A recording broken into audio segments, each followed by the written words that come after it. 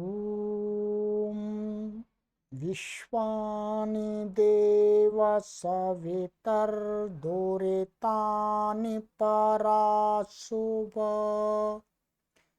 यद्भद्रं तन्न आशुभ।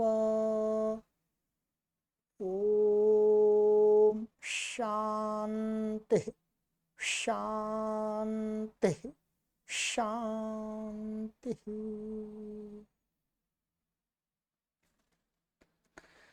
सभी को सादर नमस्ते। सनातन वैदिक धर्म यूट्यूब चैनल में आप सभी सत्य सनातन वैदिक धर्मी प्रेमियों का हार्दिक अभिनंदन है।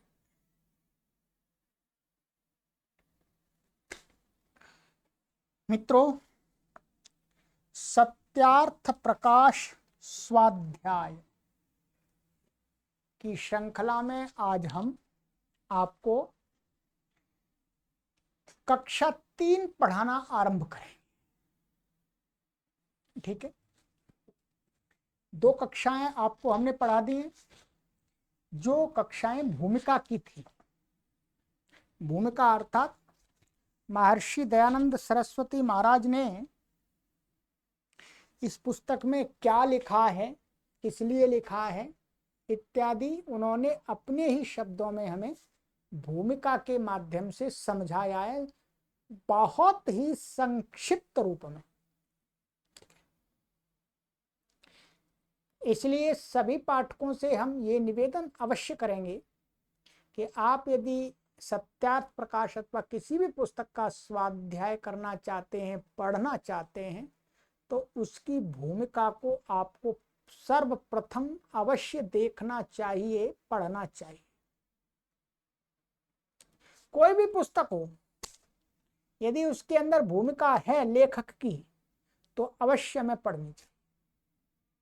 उस भूमिका को पढ़ करके हमें इस पुस्तक की सामग्री को समझने में अत्यधिक सहयोग प्राप्त होता है।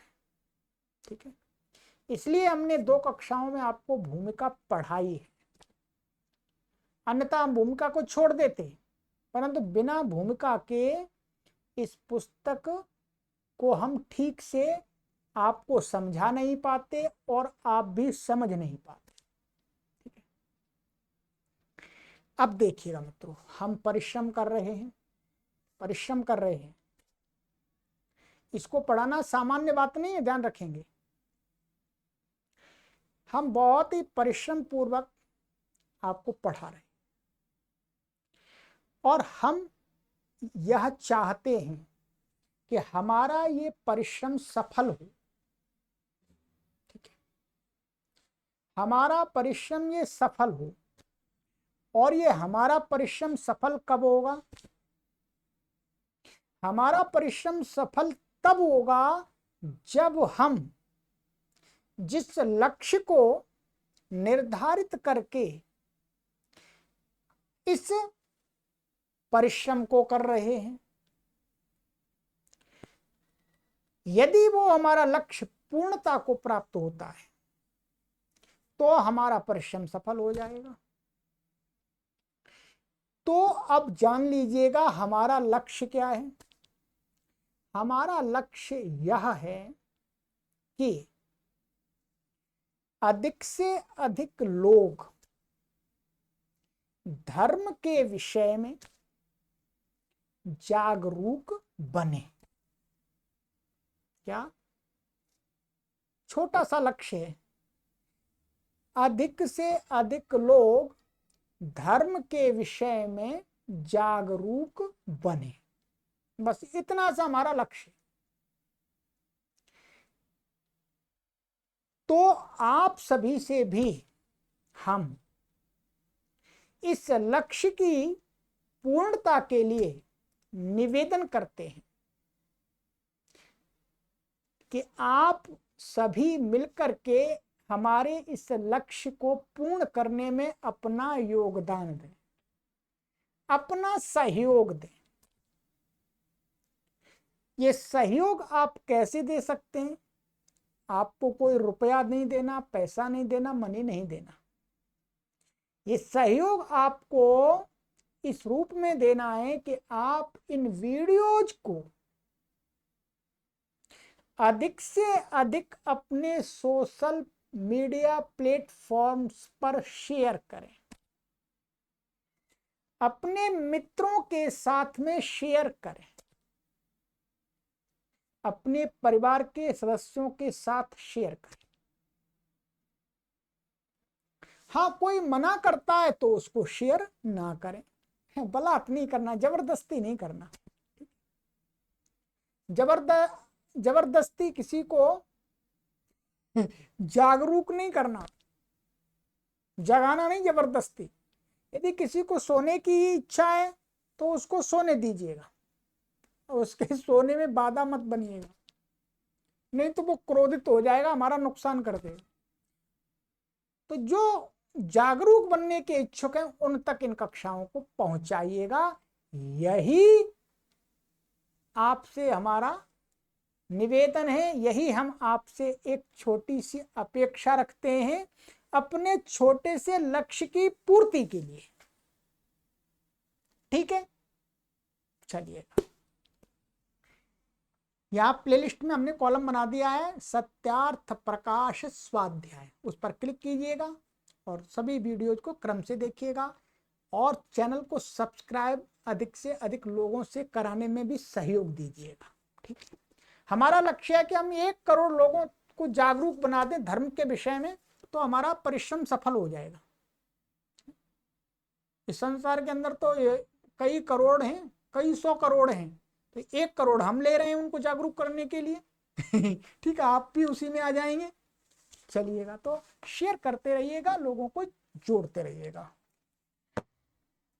चलिए, तो अब हम चलेंगे, हमारी भूमिका हो गई है, अब इस पर विचार अधिक नहीं करेंगे, कर लिया पूरा विचार। अब हमारा आरंभ होता है समुल्लास। प्रथम समुल्लास आपको बता दिया था, इसमें कितने समुल्लास हैं बोलो? 14 समुल्लास अर्थात 14 अध्याय। समुल्लास का अर्थ यही होता है, सम उल्लास माने जिसको पढ़ करके हमारा मन, हमारी आत्मा अच्छी प्रकार से उल्लसित हो जाए, हर्षित हो जाए, प्रसन्न चित्त हो जाए, बस यही जिससे हो जाए, वो समुल्लास नाम रख दिया है। अध्याय भी कह सकते हैं, लेसन भी कह सकते हैं, कोई परेशानी नहीं है। ठीक है, चलिएगा।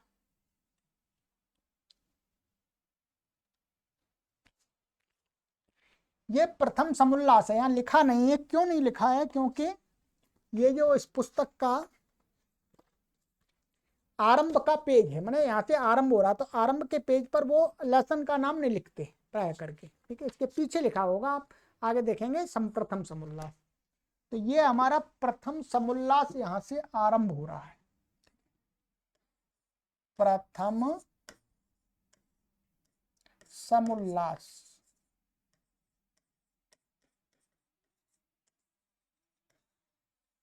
ठीक है जी। आइएगा, ओम। ध्यान दीजिएगा, बहुत सारे पाठक नहीं जानते होंगे, ये ओम ऐसा लिखा है। इस ओम में क्या है? ये ओम और ये जो ये 3 का अंक लिखा है, क्या है? ये 3 का अंक है। कई लोग इसको ऊ समझ लेते, ऊ नहीं है, ये क्या है? 3 का अंक है और ये लिखा है म। यदि आप इसको, चलिए छोड़ेगा, ये इसको संस्कृत में बोलते हैं जिसके पीछे हम 3 का, जिस स्वर के पीछे जो वोवेल्स है आ ई ई, जिसके पीछे हमने लगा दिया तो वो उसको प्लुत बोलते हैं।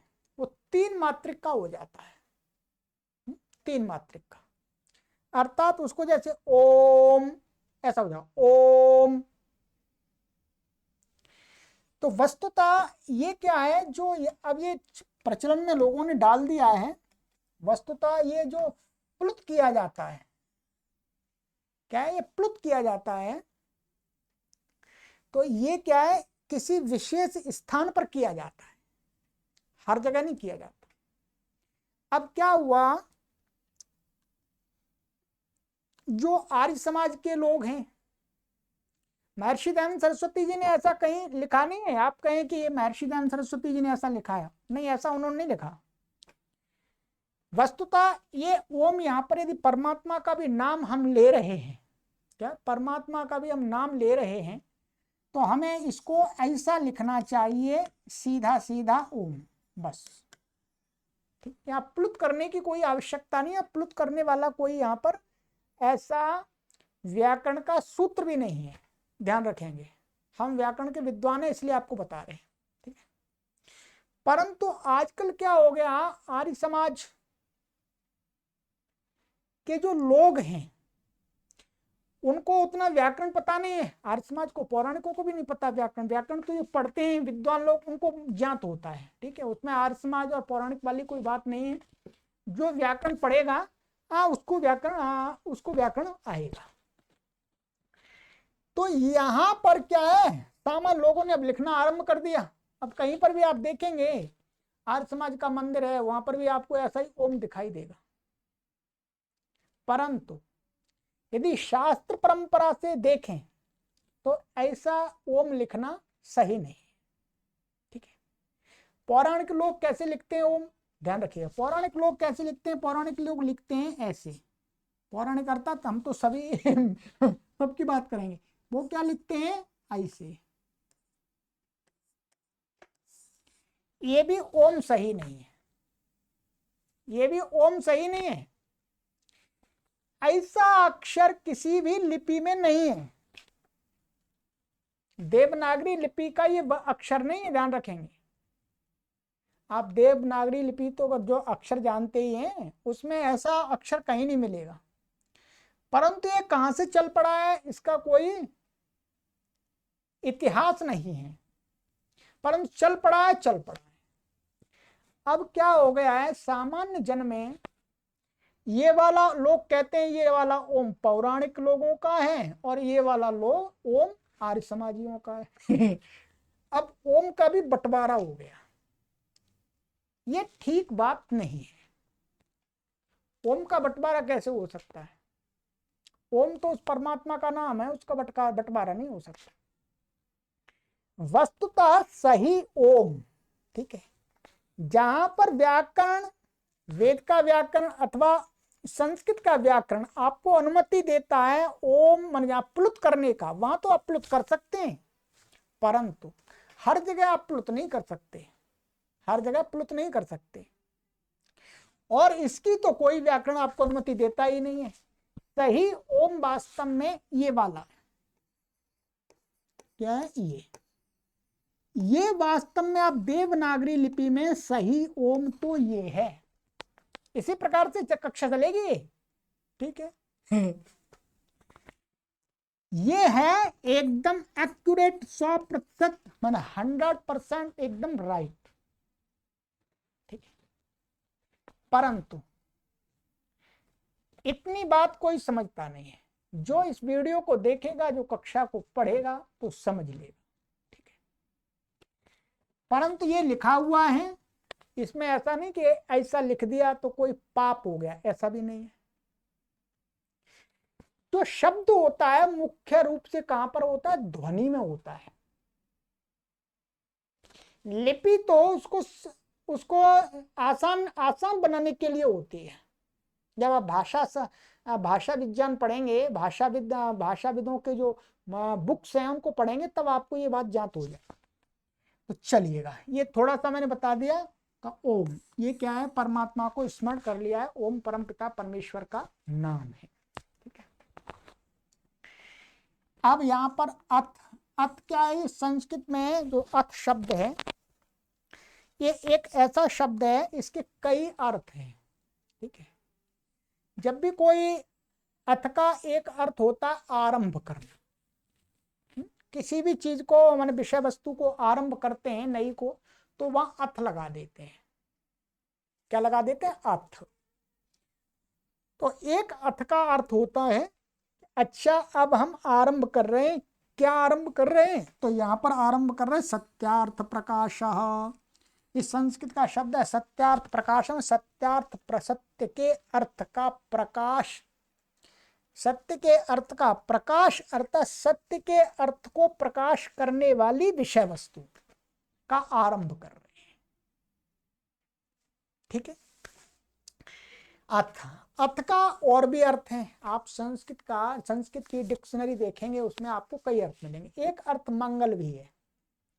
जो शास्त्रकार होते हैं तो वो अपने ग्रंथ प्रणयन के लिए, मतलब ग्रंथ रचना के लिए कि ये मेरा ग्रंथ है ये पूर्णता को प्राप्त हो जाए, इसलिए मंगल के रूप में, मंगल वचन के रूप में अर्थ कहते हैं। अर्थ अर्थात प्रभु मेरा ग्रंथ पूरा पार लग जाए, पार में लिख ही दूं, इसको बीच में कहीं टर्क ना जाऊं मैं या कोई दूसरी बाधा ना आ जाए।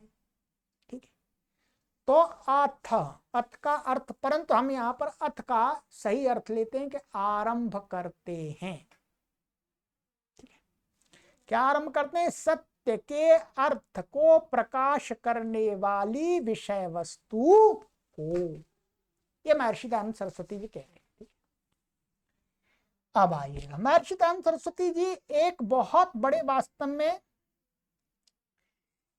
ईश्वर विश्वासी व्यक्ति हैं।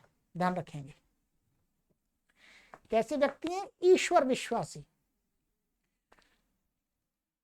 उनके जीवन में जब से अर्थात शुरू से ही उन्होंने कभी भी ईश्वर की सत्ता को नकारने का विचार नहीं किया।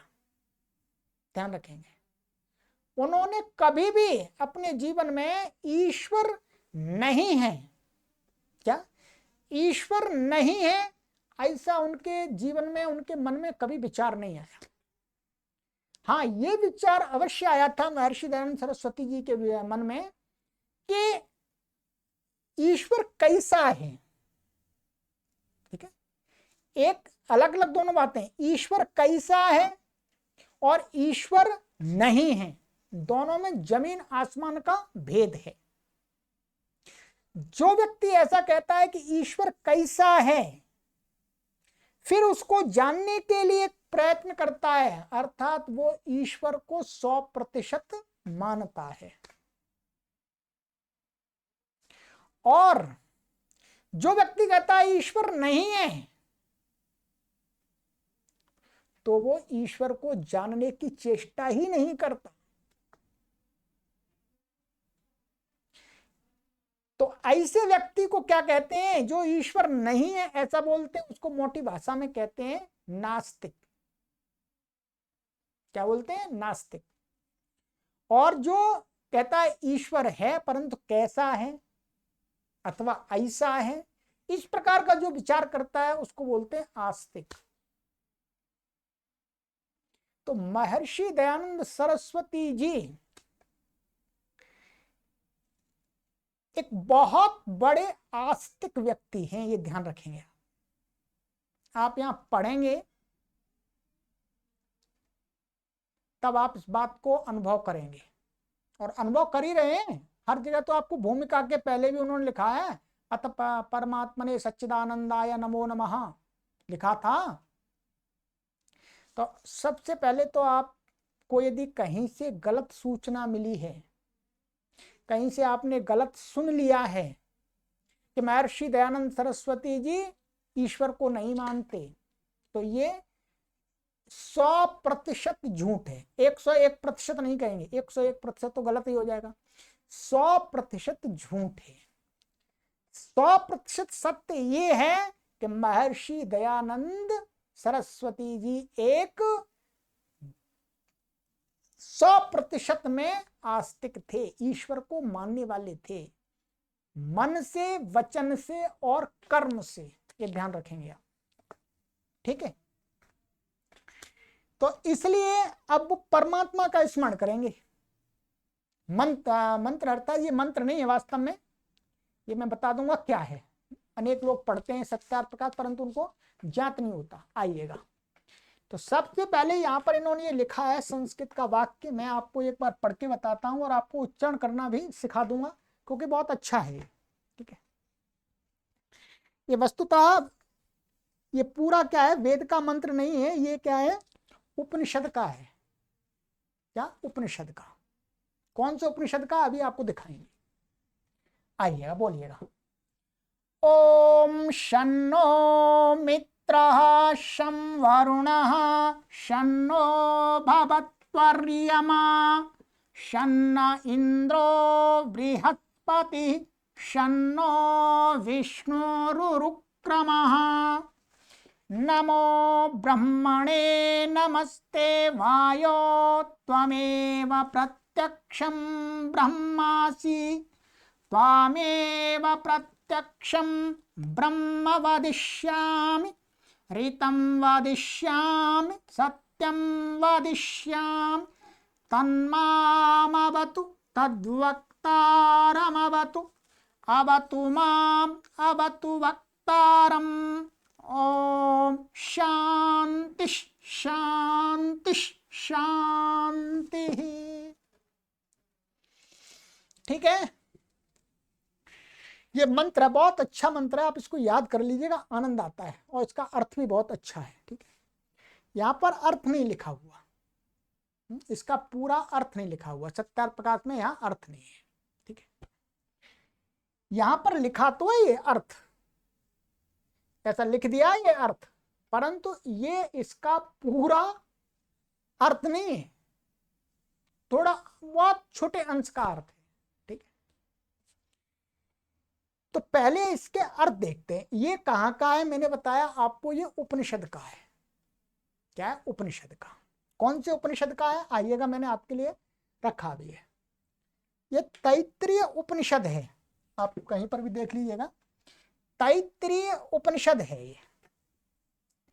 शिक्षाध्याय वल्ली है, उसमें बल्लियां हैं, जैसे इसमें समुल्लास है उसमें बल्ली, वहां बल्लियां हैं इसमें तैत्तिरीय उपनिषद में। तो यहां पर क्या है, शिक्षावल्ली का ये लिखा हुआ है, आप देख लीजिए, शिक्षावल्ली का ये है।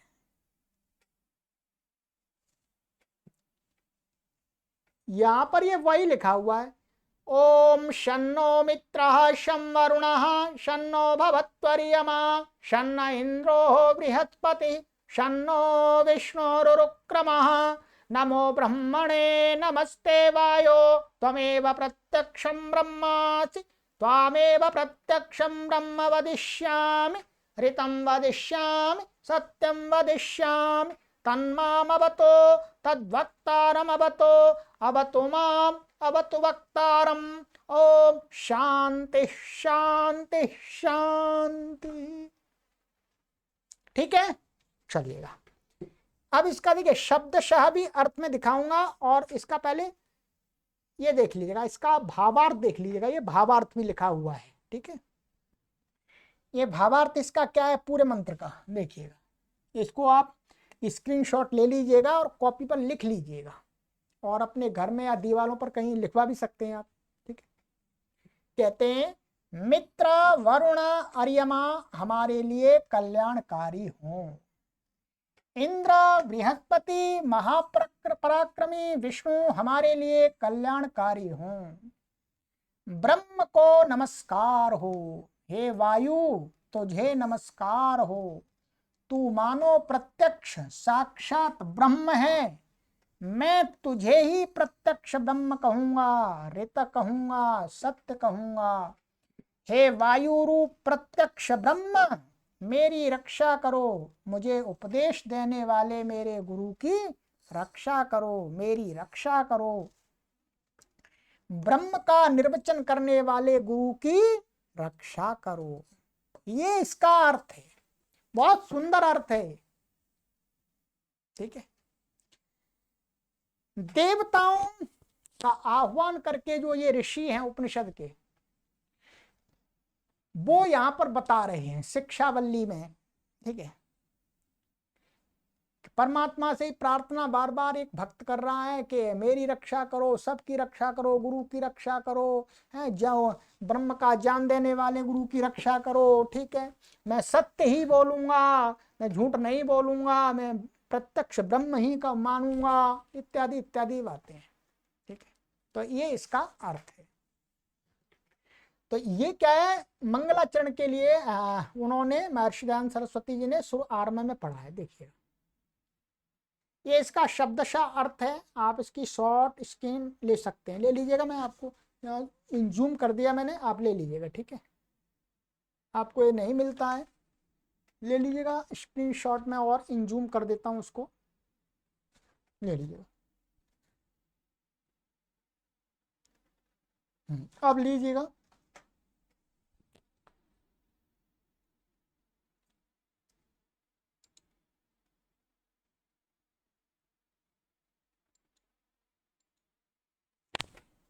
ठीक है, ये मंत्र है ये आपके पास, इसकी और ले सकते हैं आप, ये भावार्थ की, इसकी भी स्क्रीनशॉट ले लीजिएगा।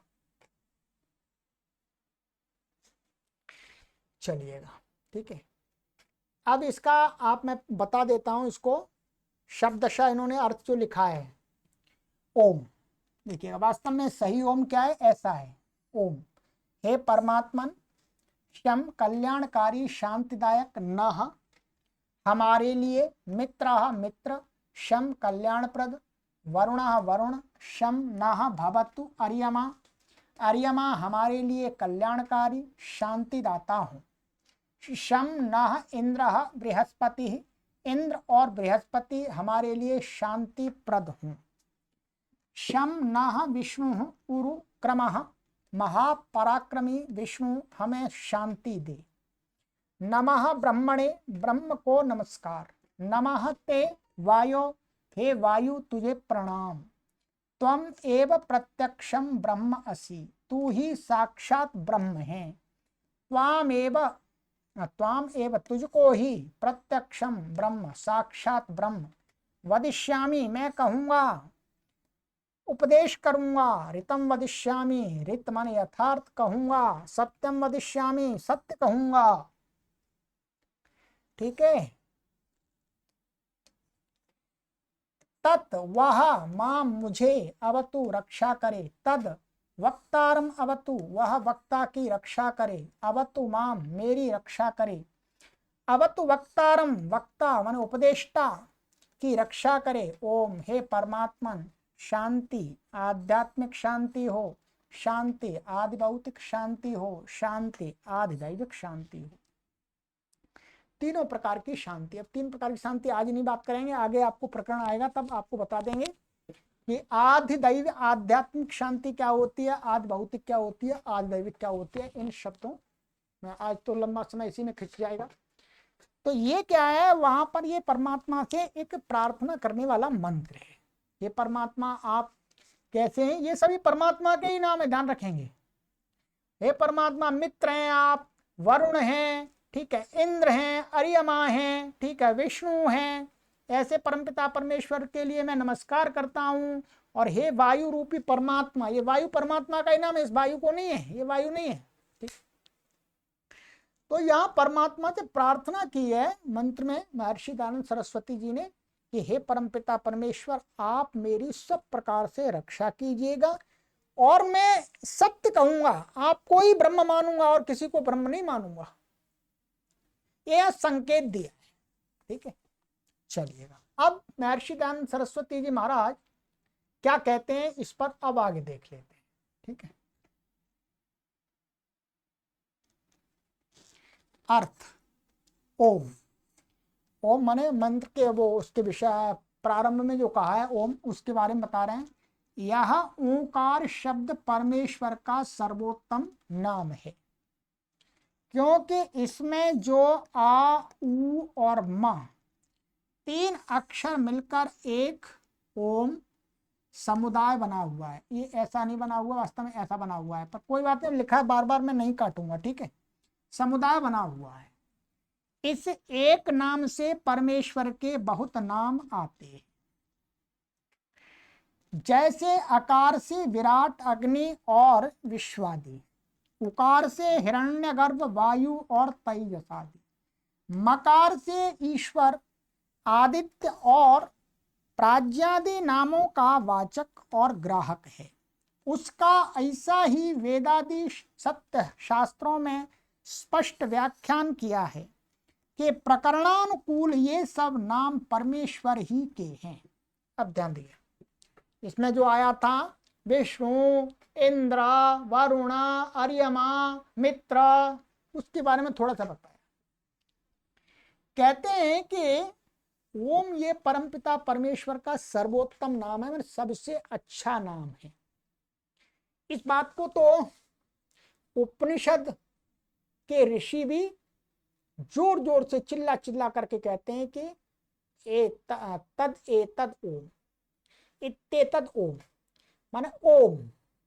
ओम शब्द एक ऐसा शब्द है कि इससे, जाप से, इसके चिंतन से, इसके मनन से हमारा सामीप्य उस परम सत्ता के साथ बढ़ता है, तेजी से बढ़ता है, तेजी से बढ़ता है। ओम का ध्यान करें, ओम पर चिंतन करें, ओम का जप करें, इससे क्या है, हमारी परम सत्ता के साथ में सामीप्यता अधिक बनती है। इसलिए कहते हैं कि ओंकार जो शब्द है वो परमेश्वर का सबसे सर्वोत्तम नाम है, माने श्रेष्ठ नाम है। क्योंकि थोड़ी सी इसकी विशेषता बता रहे हैं, क्योंकि इस ओम में 3 अक्षर इन्होंने माने हैं, एक आ उ मा। ध्यान रखें, संस्कृत व्याकरण में क्या होता है, आ और उ मिलकर के ओ हो जाता है। क्या है, संस्कृत ग्रामर आप पढ़ेंगे तब आपको जानत होगा कि आ और उ मिलकर के ओ हो जाता, और माँ। तो इस ओ में इन्होंने कहा एक ये आ है और एक उ है, और ये म दिख ही रहा है, ये कोई अक्षर नहीं है वास्तव में, ठीक है, ये तो संकेत है। तो क्या 3 अक्षर मिलकर के एक ओम समुदाय बना हुआ, माने ओम शब्द बना हुआ है। इस एक नाम से परमेश्वर के बहुत सारे नाम आ जाते हैं, माने बहुत सारे अर्थ इसके अंदर समाहित हो जाते हैं, ये कहते हैं महर्षि दयानंद सरस्वती जी। जैसे उन्होंने बताया कि हम इसमें अ से विराट अर्थ लेते हैं, ठीक है, अग्नि अर्थ लेते हैं, विश्व आदि अर्थ लेते हैं, और भी अर्थ हैं, ठीक है, बताया नहीं, पर और भी अनेक हो सकते हैं। उकार से इसमें कहते हैं हिरण्य गर्भ आ जाता है अर्थ, वायु अर्थ आया, वायु अर्थ भी आ जाता है परमात्मा का, तेजस आदि भी आ जाते हैं। मकार से ईश्वर, ये सभी क्या है, इसके अर्थानुसारी नाम है ईश्वर के, ईश्वर का कोई एक नाम नहीं है। ब्रह्मा, विष्णु, महेश, ये सभी एक ही परम सत्ता के नाम हैं, परंतु गुणों के आधार से नाम है। क्या, गुणों के आधार से। आदित्य और प्राज्ञादि, प्राज्ञादि, प्राज्ञ माने विद्वान, आदि जो ये नामों का वाचक है, नामों को ये कहने वाला शब्द है ओम। ये क्या है, माँ ग्राह और वाच ग्राहक है, ग्रहण कराने वाला है। उसका ऐसा ही वेदादि सत्य शास्त्रों में स्पष्ट व्याख्यान किया गया है। ये कह रहे हैं, ये मैं नहीं कहता हूं कि ये बात के ओम से ये सभी अन्य बहुत सारे अनेक परमात्मा के नामों का, गुणों का स्मरण हो जाता है। ये वेदादि जो सत्य शास्त्र हैं उनमें ऐसा व्याख्यान किया गया है, उपदेश किया गया है। प्रकरणानुकूल ये सब नाम परमेश्वर के ही हैं। प्रकरणानुसार अर्थात हिरण्यगर्भ, वायु, तेजस, विश्व, विराट, अग्नि, ओम, ईश्वर, आदित्य, प्राज्ञ, ये सब नाम, और इसमें भी आए मित्र, वरुण, बृहस्पति, विष्णु, ये सारे ब्रह्मा, ये सब उसी परमात्मा एक परम सत्ता के ही नाम है, गुणों के आधार पर। इसको मोटा सा ऐसा समझ लेते हैं, जैसे कोई व्यक्ति मुझे क्या कहता है, अध्यापक, मुझे अध्यापक, ये अध्यापक जो मेरा नाम है वो क्या है, गुण के आधार पर है, माने मेरी विशेषता के आधार पर है। मैं अध्यापक हूं, मेरा नाम श्रवण कुमार भी है, मैं किसी का भाई भी हूं, कोई मुझे भाई भी कह सकता है, मुझे कोई पुत्र भी कह सकता है। तो इस प्रकार से गुणों के संबंध से भी हम किसी को जानते, पुकारते, बताते। तो ऐसे ही ये कहते हैं कि परमपिता परमेश्वर से उसके गुणों के अनुसार हम उसका स्मरण करते हैं अनेक नामों से।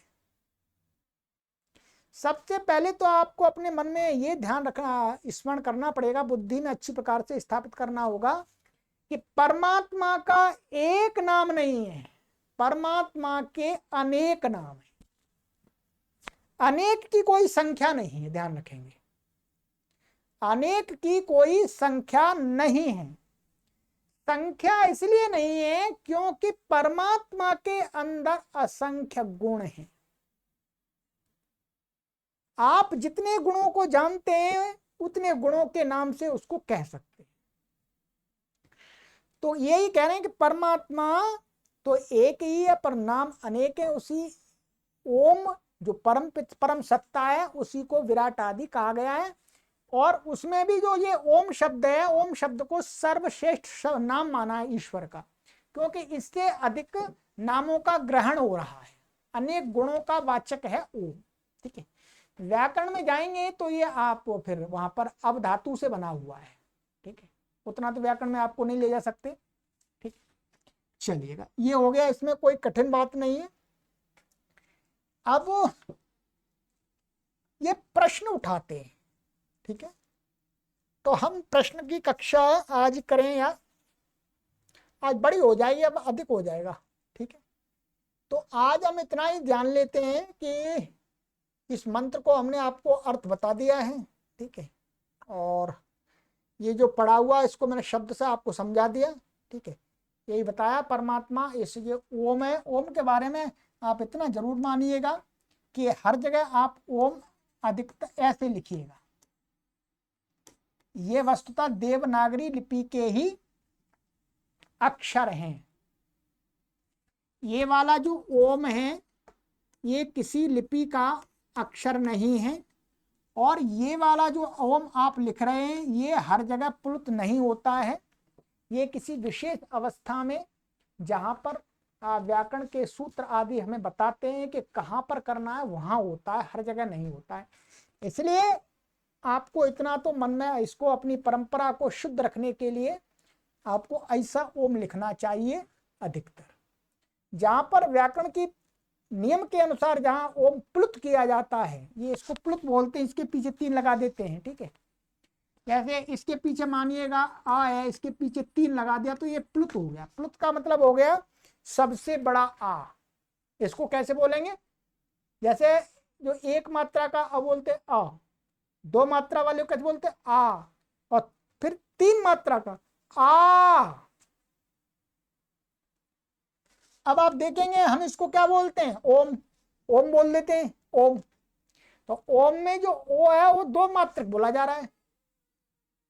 अब ये लिखा हुआ 3 मात्रक, आप इसको ऐसे नहीं बोलेंगे ओम ओम, इतना खींच के बोलना पड़ेगा आपको, वो गलत लगेगा। तो इसलिए प्लुत है ही नहीं। ठीक है, यहाँ लिखा हुआ है पुस्तक में, तो अब हमारे बताने से आपको समझ में आना चाहिए। ठीक है, क्योंकि हमने आपको तर्क पूर्वक बताया है, नियम पूर्वक बताया, वैसे नहीं बता दिया। तो इसलिए ये वाला ओम बिल्कुल सही है। ये वाला ओम ये बिल्कुल सही है, पुस्तकों में लिखा हुआ है, उसके बारे में हम कोई गारंटी नहीं ले सकते कि क्या लिखा हुआ है। जो नियम है वो हमने आपको बता दिया। चलिएगा, तो आज प्रथम समुल्लास का हमारा आरंभ हो गया है, परंतु हम पढ़ाएंगे आपको इसी विस्तार चर्चा के साथ में। केवल वाचन नहीं करेंगे, वाचन करने वाले तो बहुत अनेक लोग हैं, वाचन तो कोई भी कर सकता है। ठीक, वाचन करने से बात नहीं बनती। चलिएगा, तो आगे अब ये प्रश्न उठाएंगे, फिर उत्तर देंगे। ये क्या है, वस्तुतः महर्षि दयानंद सरस्वती जी ही प्रश्न उठाते हैं कि सामने वाले को ध्यान में रख करके कि कोई किसी व्यक्ति के मन में ऐसा प्रश्न आ सकता है, फिर उसका उत्तर भी देते हैं। ये हमारी प्राचीन पद्धति है ग्रंथ लेखन की और अध्ययन अध्यापन की पद्धति है कि पढ़ाने वाले लोग, आचार्य लोग, उपाचार्य लोग, ऋषि मुनि लोग जो विद्या का कार्य करते थे वो इसी प्रकार से ग्रंथ का प्रणयन करते थे। पहले शंका उठाएंगे, फिर उसका उत्तर देंगे, फिर शंका उठाएंगे। ऐसा नहीं है कि कोई उनको पूछ रहा है, ऐसा नहीं है वास्तव में, इस बात को भी ध्यान रखिएगा। ये जो जितने प्रश्न हैं ये प्रश्न किसी ने पूछे ऐसा नहीं है। हाँ, ये सभी प्रश्न लोगों के मन में आते हैं। उन्हीं प्रश्नों को लेखक अपनी तरफ से प्रस्तुत करके फिर उसका उत्तर अपनी तरफ से देते हैं। इससे हमें जो सिद्धांत हैं, कठिन बातें हैं, सूक्ष्म विषय हैं, वो आसानी से समझ में आ जाते हैं।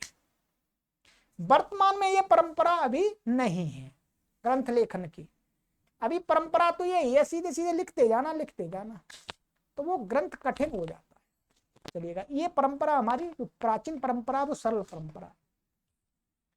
चलिएगा, तो समय हो गया है, आगे की कक्षा में मिलते हैं प्रश्नोत्तर के साथ। सर्वेभ्यो नमः।